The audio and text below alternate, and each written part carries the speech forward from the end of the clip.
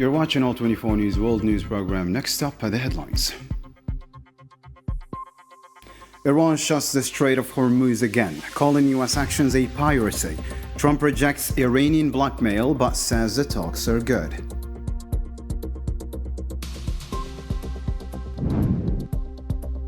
The Israeli occupation breaks the Lebanon ceasefire on day one, blocking returns of residents. President Aoun says stop the treason rhetoric and support the state.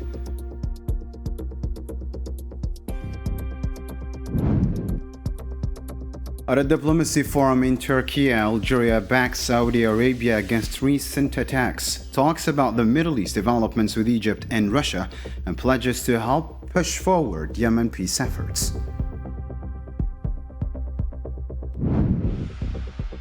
Also coming up, the Polisario Front accuses France of pushing the region toward more tensions. Colombia renews its commitment to defending the Sahara Republic.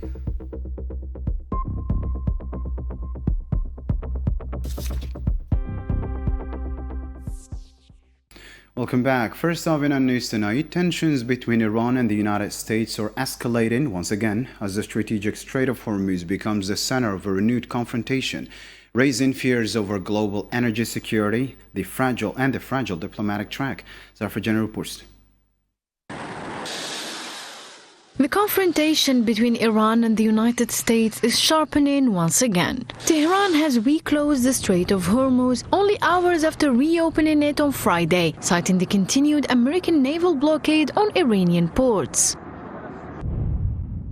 The Strait of Hormuz has returned to its previous state after the United States broke its commitment and the naval blockade continued. The Strait of Hormuz will remain under strict control and close monitoring by our armed forces unless the United States guarantees full freedom of navigation for ships traveling to and from Iran. The situation on the Strait of Hormuz has reverted to its previous condition and will remain so as long as Washington does not commit to ensuring the free movement of vessels to and from Iran.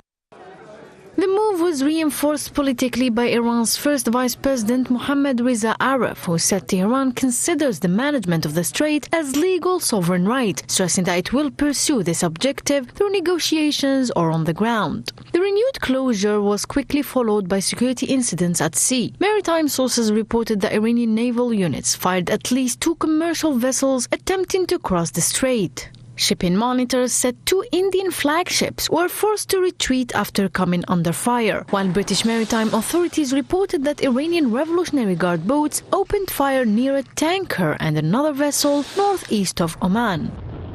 In Washington, President Trump warned Tehran against what he calls attempts to blackmail the United States, vowing a firm response if Iran continues to block the strategic passage. Yet despite the escalation, Trump says talks with Tehran are progressively well and promised an update on negotiations later in the day.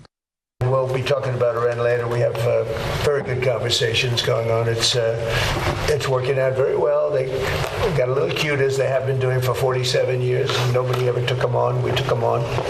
They have no Navy. They have no Air Force. They have no leaders. They have no nothing. Actually, their leaders it is regime change. You call that enforced regime change. But we're talking to them. They wanted to close up the strait again, as they've been doing for years, and they can't blackmail us.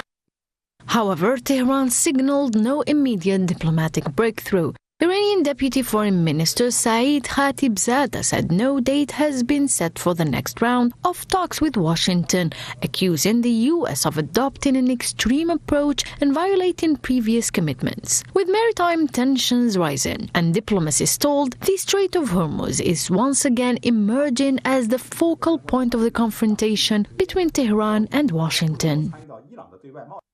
Iran says any U.S. move to block shipping like a naval blockade would break the ceasefire. And if that happens, Tehran will shut down the conditional limited opening of the Strait of Hormuz. According to a statement from Iran's Supreme National Security Council, Tehran had already agreed to temporarily let only commercial ships, not military vessels, through the strait, but only if U.S. forces and their allies respected the ceasefire on all fronts. Iran says it will keep controlling traffic in the strait until the war ends and lasting peace is reached. Also, commercial ships will have to pay for security, safety, and environmental protection on routes set by the Iranian Navy and get a transit certificate.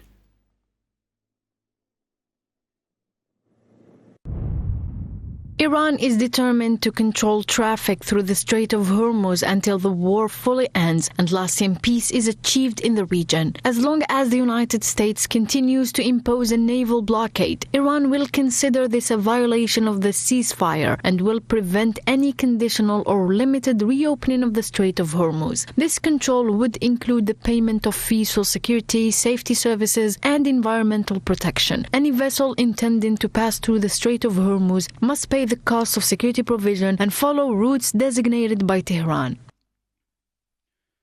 For his part, Iran's Supreme Leader Mojtaba Khamenei promised Saturday more crushing defeats for his enemies. A statement on Telegram said Iran's Navy is ready to take on U.S. forces as tensions spike over the Strait of Hormuz.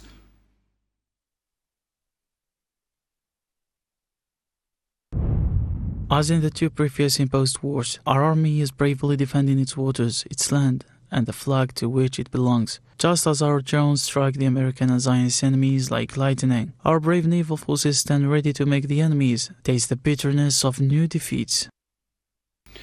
Iran's Supreme National Security Council says Pakistan's army chief has delivered new U.S. proposals for talks to Iranian officials now under review in Tehran.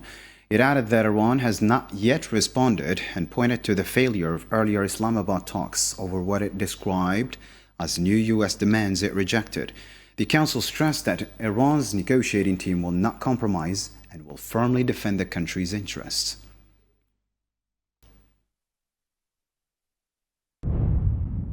The Pakistani army chief presented new proposals from the United States in Tehran. These proposals are currently under review, and the Iranian National Security Council has not yet issued a response. Our negotiating delegation will not make the slightest concession, retreat, or compromise. It will firmly defend the interests of our people. One of our conditions for accepting a temporary ceasefire was the implementation of a ceasefire on all fronts. At Iran's insistence, the Zionist entity agreed to a ceasefire in Lebanon. We have also conditionally and temporarily linked the opening of the Strait of Hormuz to the enemy's adherence to a comprehensive ceasefire across all fronts.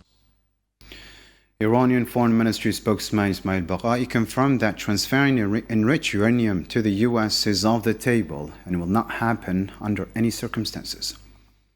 Regarding the issues that have been raised, whether in their media or by some U.S. officials, none of them can be confirmed. For example, Iranian enriched uranium will not be transferred anywhere under any circumstances, just as Iran's soil is sacred to us. This matter is equally important to us. I confirm that this issue was never raised at all during the talks, and we have never proposed the option of transferring Iranian enriched uranium to the United States. There are various options to resolve issues related to our nuclear program, but as I said, transferring Iranian enriched materials to the United States has never been an option for us. British Prime Minister Keir Starmer said more than 12 countries had signed up for an international mission to protect shipping in the Strait of Hormuz. Around 50 nations from Europe, Asia, and the Middle East joined a video conference led by France and Britain following earlier military planning. Starmer said the meeting sent a unified message, and that's to reopen the strait immediately and unconditionally and restore freedom of passage. We agreed to accelerate our military planning. I can confirm that along with France, the UK will lead a multinational mission to protect freedom of navigation as soon as conditions allow. This will be strictly peaceful and defensive as a mission to reassure commercial shipping and support mine clearance. We invite all nations with an interest in the free flow of global trade to join us. The objective obviously requires NAFTA spanning several areas: diplomacy, security, and also the humanitarian sphere. If one considers the seafarers stranded in the Gulf and the countries directly affected by the crisis, across all these areas, Italy is ready to play its part. Clearly, everyone's attention is focused above all else on the naval presence in Hormuz. This war against Iran represents us with major challenges. We all want the Middle East to return to peace and stability as quickly as possible. We all have major interest in this. Soaring energy prices must come down again as quickly as possible, and this war must not become a transatlantic stress test. Lebanon's national news agency reported that the Israeli occupation forces struck the southern town of Khiam on the second day of a ceasefire that came into effect Friday. It said the Zionist forces also sealed off all access routes to the town with earth barriers and obstacles, blocking displaced residents from returning, and warned they would open fire if the barricades were removed.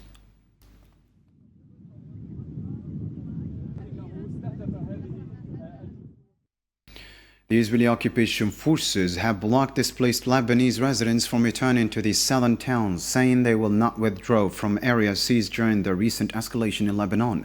Despite a ceasefire taking effect on Friday, reports say violations have continued, including fire across 55 villages and towns north of the Litani River. Hezbollah, for its part, has warned it will respond to any violations, saying the situation will not return to what it was before March the 2nd.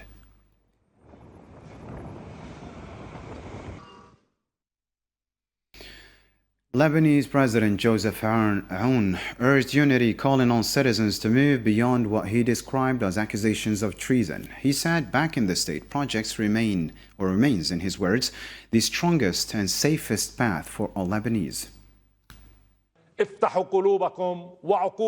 Open your heart and mind, and do not let accusations cloud your vision and cloud your judgment. Nations are not built on instinct, but on awareness, unity, and trust. To the displaced, I say, you will return to your homes. To those who remain in their homes, your sacrifices will not be in vain. And to those who gamble with the fate of Lebanon and the lives of the Lebanese people, I say, enough. Only a functioning state in Lebanon is the strongest and most secure path for all.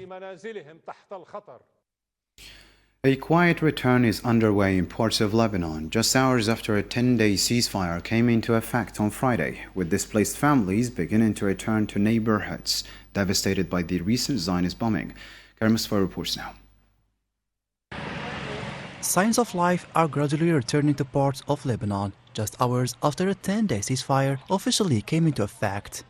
Many residents in Beirut's southern suburbs began returning to their homes. Many were seen clearing debris from damaged buildings and gathering what remains of their belongings. Yet, despite these early signs of recovery, caution persists.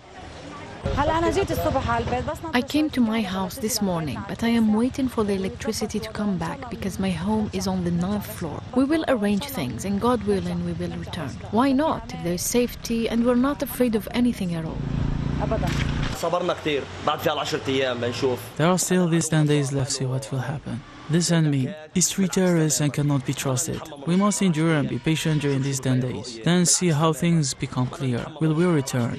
Will we see what happens with us? Whether we repair things or not, we have gained experience in this matter now. Further south, similar scenes are unfolding. Lebanese content creator Ali Oumeis and his wife Fatima returned to what was once their home before being forced to flee, searching for belongings and memories left behind. Despite the widespread destruction, they say they are determined to stay and rebuild.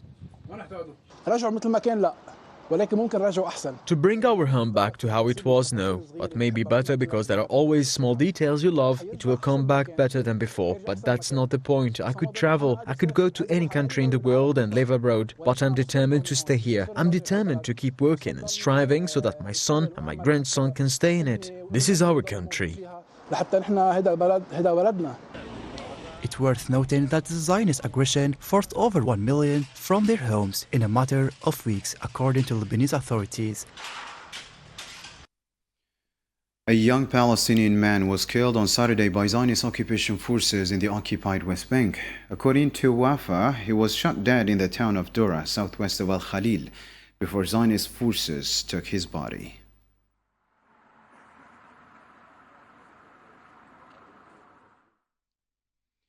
Meanwhile, the Palestinian Health Ministry in Gaza says the death toll from the Israeli occupation violations of the ceasefire has risen to 773, with 2,171 people wounded.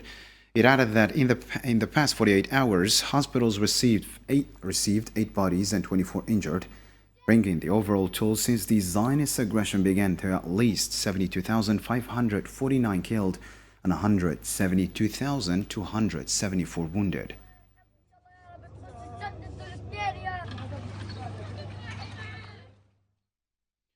Still in Gaza, more than 2 million people are fighting to stay healthy while living next to the growing piles of trash. The dump in Deir al-Balah keeps expanding by the day. It's causing major hygiene problems across the center of the strip. Escalation has the full story. Amid vast mounds of rubble and rotting waste, life in Gaza has become almost unrecognizable. The air is thick with a nauseating stench rising from makeshift landfills, with tens of thousands of displaced people now seek shelter in fragile tents. With much of the territory's infrastructure destroyed by months of war, families are forced to live surrounded by debris and garbage, struggling to survive in conditions that continue to deteriorate. Living next to this dome isn't living at all. We're surrounded by flies, mosquitoes, and rats, and rats. Our children have scabies. No organizations are helping us, or no one is. We have nothing here except fate. We can't afford to leave. We don't even have the most basic necessities.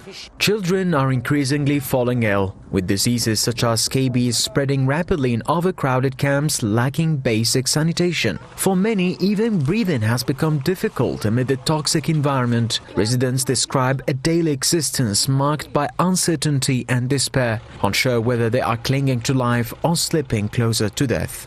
This life is worse than death. Here we feel like we are already gone. There is barely any water, no food and aid. Our children spend their days near the dome, collecting cardboard and plastic just to make a fire so we can cook. It's beyond miserable. Imagine your child is sick with scabies and you can't find any medicine. You're completely helpless. Local authorities say the landfill sites were intended as temporary measures, but with limited resources and no viable alternatives, waste continues to accumulate. More than 300,000 tons of garbage are now piled across the enclave, posing severe risks to public health and the environment. This is one of several unofficial dump sites that have appeared in the area since the war began. Access to the Al-Fahari landfill has been cut off. We have had to find alternatives, collecting waste from displacement camps and the street and storing it as far from residential areas as possible. But over time, these temporary solutions have turned into large and controlled dump sites. As the humanitarian crisis deepens, Gaza's population remains trapped between distraction and neglect, with few signs of relief in sight. The Algerian Minister of State and Foreign Minister Ahmed Attaf reaffirmed Algeria's solidarity and full support for Saudi Arabia following recent attacks amid military escalation in the Gulf region. The remarks came during talks with Saudi Foreign Minister Faisal bin Farhan on the sidelines of the Antalya Diplomacy Forum. The Algerian Foreign Ministry also recalled President Abdelmajid Tebboun's message of support during a recent phone call with Saudi Crown Prince Mohammed bin Salman.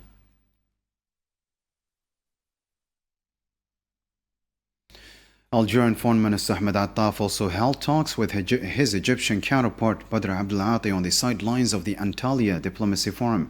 The talks focused on keeping the momentum going in their bilateral ties, especially on the economy, by following through on what was agreed last November during a joint high committee meeting. They also touched on regional issues, including the latest in the Middle East and the situation in Libya, ahead of a meeting of the tripartite mechanism for Libya's neighbors.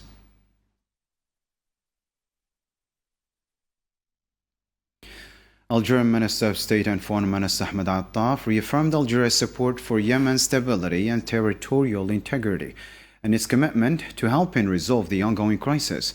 The statement came during talks with the Yemeni Prime Minister and Foreign Minister Shia Mohsen al-Zindani on the sidelines of the Antalya Diplomacy Forum.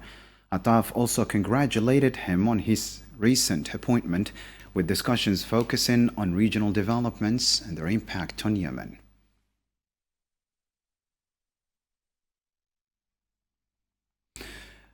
Our Foreign Minister Attaf also held talks with his Russian counterpart Sergei Lavrov, according to the Algerian Foreign Ministry. The meeting reviewed the strategic partnership between the two countries and stressed the importance of strengthening it further ahead of the next session of the Joint Governmental Committee. The two sides also discussed key regional and international issues, including developments in the Middle East, the Palestinian cause, and the situation in the Sahara.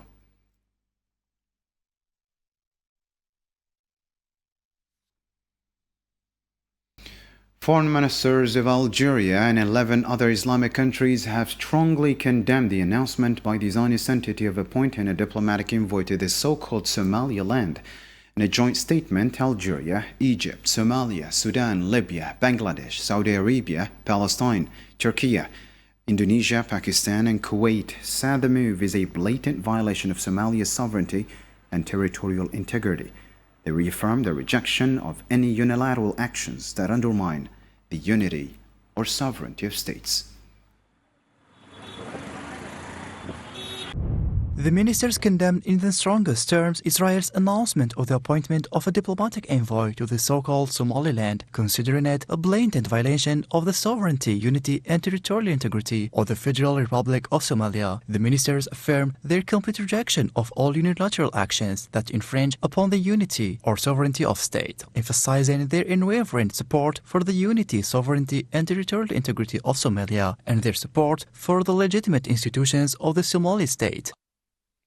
To other news now, the Polisario Front has strongly condemned the visit of the French ambassador to Morocco to the occupied city of Laayoune. In a statement, the Sahrawi Foreign Ministry accused France of complicity with the Moroccan occupation, saying the visit seeks to reinforce the colonial status quo in Western Sahara and risks fuel in further tensions in the region. The French ambassador's visit to the occupied city of Laayoune is an attempt by France to exploit and exacerbate tensions in the region, leading to further conflict and escalation. With this reprehensible behavior, France becomes complicit by supporting and encouraging the Moroccan occupation to continue its policies of expansion, intransigence, human rights violations, resource plundering, disregard for international law, and claims of sovereignty that neither France nor any other country can grant. Colombia is standing by the Sahrawi Arab Democratic Republic. President Gustavo Petro reaffirmed his country's commitment Saturday, saying Bogotá recognizes Western Sahara and keeps diplomatic ties with it. He also voiced support for the Polisario Front. Petro made the remarks in an interview with Spain's El País newspaper on the sidelines of the Democracy Forum in Barcelona. I have recognized the Polisario Front and designated its embassy as the sole representative of the Sahrawi people.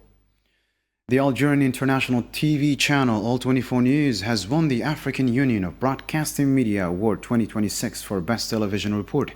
The award was announced at the 17th General Assembly of the Union in Banjul, the Gambia, for a report titled Algeria, a leading academic destination for African students, by journalist Ismail Eid. In other categories, Algerian radio was recognized for an AI-themed production on African heritage, while Algerian Public Television was awarded for a report on African youth and shared identity. The recognition comes as the African Union of Broadcasting marks its 20th anniversary, highlighting Algeria's growing media presence on the continent. A look at more international news stories in the News in Brief with Sofian Kantari this time.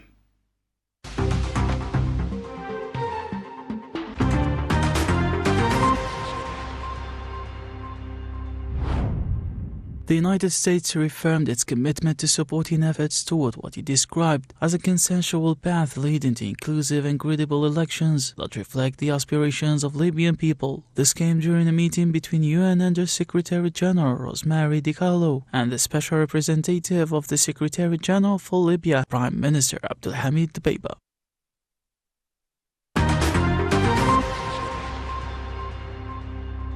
Military sources told Ultra Sudan that the Sudanese army and allied forces have regained control of areas in Kasgail and Al Hamadi in North Kordofan following intense clashes with rapid support forces.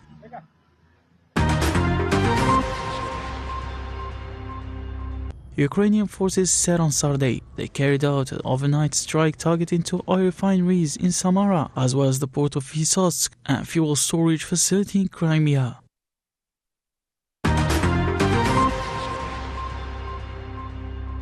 Mexican President Claudia Sheinbaum has called for coordinated Latin American action against any potential military intervention in Cuba. Her appeal comes amid repeated threats by U.S. President Donald Trump since late January, alongside a reported energy blockade imposed on Havana. The second stage of the 26th edition of the Tour of Algeria international cycling race started on Saturday morning. Featuring a strong international participation, the event includes 18 teams, among them 10 foreign squads, with more than 100 riders competing.